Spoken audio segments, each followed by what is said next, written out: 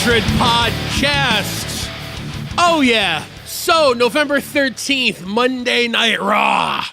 Coming at you from Atlanta, Georgia, Bad Street, USA. Atlanta, GA, the baddest street in the whole USA. All right, so Monday Night Raw. This is the Monday Night Raw pre-Survivor Series. This is where we need to have the finalization of all the teams. We need to figure out exactly what's going on Raw's side of the spectrum. So we start out. Stephanie McMahon's music hits. Stephanie McMahon comes out.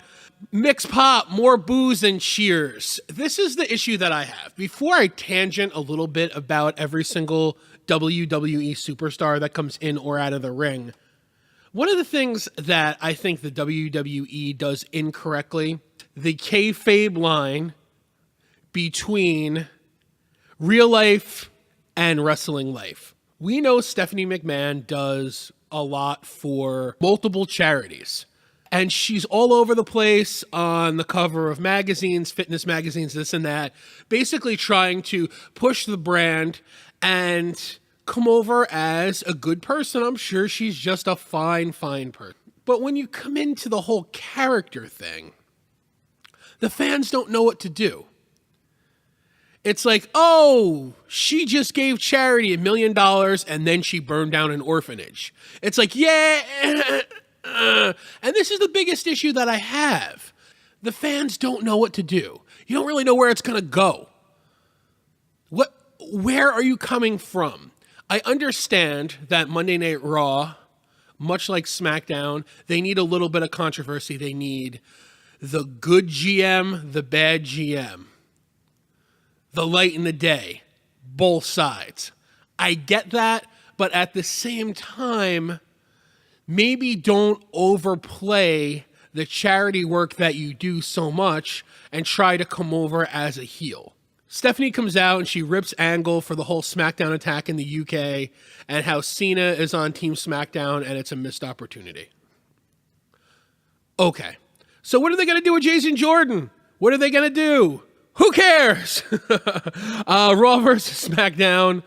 What do you think this is? The 90s? For a second, you could hear old timers like myself saying, I wish this was 1998 and Stone Cold Steve Austin would smash a beer truck into the ring and coat you in Coors Light. But no. We are in the G-rated world of professional wrestling. So the Shield comes out. Reigns gets the mic and he starts getting a face pop. Hasn't seen Steph. I haven't seen you in 6 months. Cool. The guy is getting over again, but here's where the mistake is. Again, this is a Raw review, but I can't stop putting my 2 cents, 4 cents, 6 cents, I see dead people, into this. WWE is like, Roman Reigns, Vince right now, we're gonna make him a star. He's over again thanks to the Shield. By himself. Roman Reigns will not get over. He's going to start getting all the boos and all the negative heat again. He's not going to be your guy. Roman gets a good pop. Seth don't get the mic at all. Some good facial reactions, though. Some good reactions from Seth Rollins. That was pretty funny. Ambrose, good on the mic. Ambrose is best on the mic out of the three. Don't care what you say. Ambrose is a star. Boom. Next on, we have the qualifying match, women's match, to see who is going to be on Team Raw. Nia Jax, Asuka, Sasha Banks, and Alicia Fox. At ringside, Bayley, Mickie James, and Dana Brooke. I really didn't think this was going to go any other way except for Bayley winning. Bayley didn't get that good of a pop. Where are they going to go with her? Can you see Bayley being a good heel? I don't think so. And all this kind of stemmed from when she was on the Stone Cold Steve Austin podcast. The match itself, Bayley, James, and Brooke, wasn't really anything to write home about. Bayley gets the pinfall. Your Survivor Series Raw team, Bayley, Nia Jax, Asuka, Sasha Banks, with the captain, for some reason, Alicia Fox. Fantastic. Next up, Enzo Amore and Gulak. Love to say that, but 205 Live curse. What am I going to say? Against Tozawa and Kalisto. I'll tell you what. I like the team of Tozawa and Kalisto. Kalisto doesn't really do much for me. The gimmick itself, you've seen it a million times before. Don't get me wrong. I'm not comparing Lucha Libre and luchador masks and that tradition to said early 90s WWE gimmicks. Anyway, they're a good team. I like Tozawa. He's good and he's entertaining. I wasn't sure if his whole little chant thing was going to get over, but people are doing it. It's pretty fun. Wasn't a bad match. Tozawa and Kalisto have some good in-ring chemistry. Enzo wasn't nothing to write home about, but you know what? The guy's all mic. Gulak trying to do his thing. Is he going to get over with it? He'll get a little here and there, but he's not going to break the ceiling of 205 Live, which is incredibly, incredibly low. Enzo and Gulak take the win. Miz TV onto that. Miz TV with the bar. Hyping match with the Shield later on. The Miz and the Bar against the Shield. We are the Bar, etc., etc. Next, Bray Wyatt versus Jason Jordan for some reason. To be 100% honest with you, I fell asleep and I didn't feel like going back and watching the DVR. Bray Wyatt is so misused. He gets a little bit of momentum and then it disappears. He gets more momentum, then it disappears. Then he wrestles a House of Horrors match with Randy Orton and everybody is pretty much like, yeah, that just happened.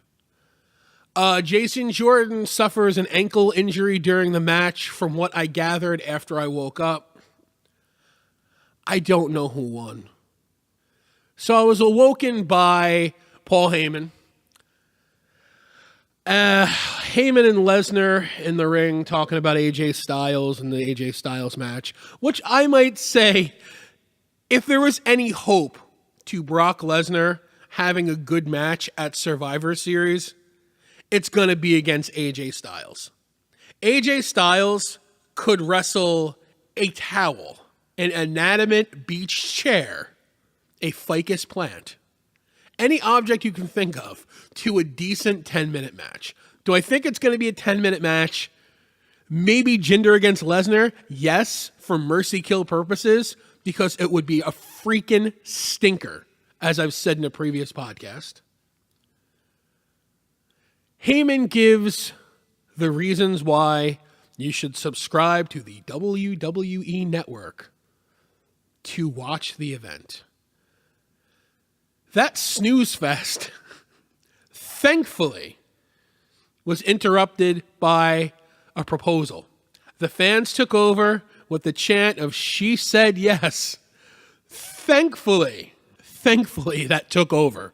The fans thankfully took over that spot because it was boring. We were not entertained. At least I wasn't. Lesnar rocking the patchy clear albino leg beard. That's interesting. Basically, there's not too much to say of what they said. They didn't shit on Styles. But the thing is, will the WWE shit on Styles? Let's move on. The Shield against the Bar, and Miz. Hey, guess what? Roman Reigns is over, kinda. Roman Reigns Shield equals yay! Roman Reigns single equals boo, you can't wrestle. But you know what? Monkey see, monkey do in the WWE universe. Somebody cheers when he hits the oof. I did that a little too louder. I think I woke up the homeless guy outside. Anyway, he gets to cheer. He gets to cheer for that monkey see, monkey do. Match wasn't bad. Ambrose took a bulk of the match for a majority of it. Miz didn't do much.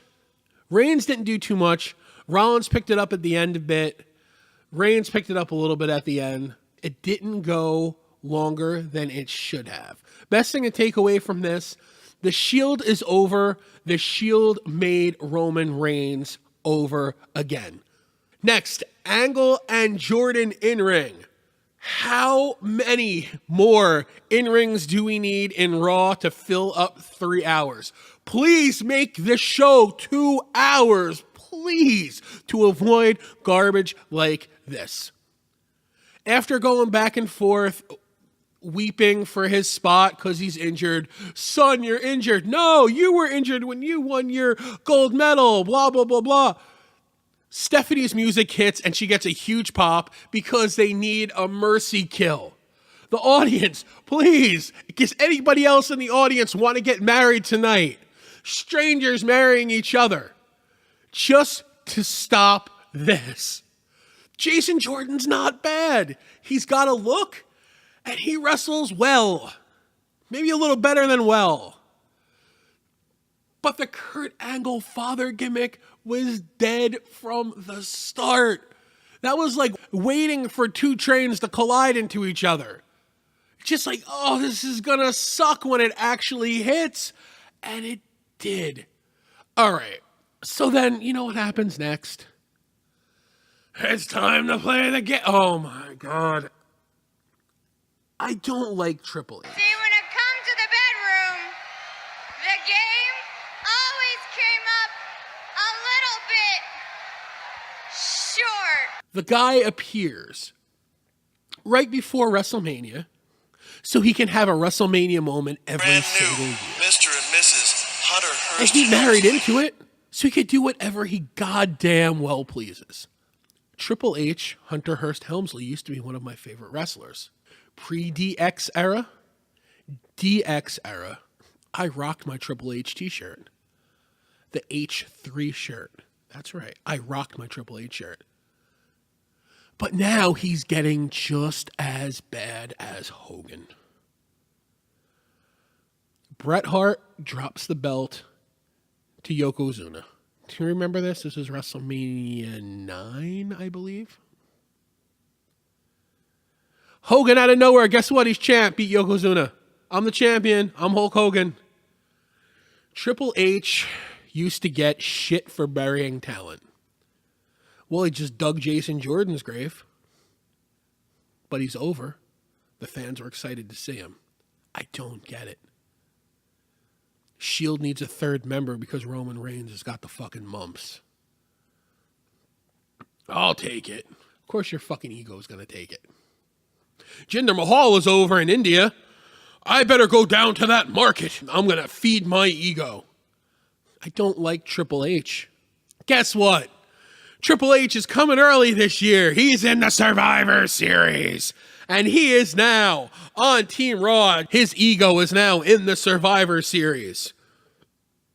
I saw a funny meme, a Photoshop, if you will, on the internet yesterday.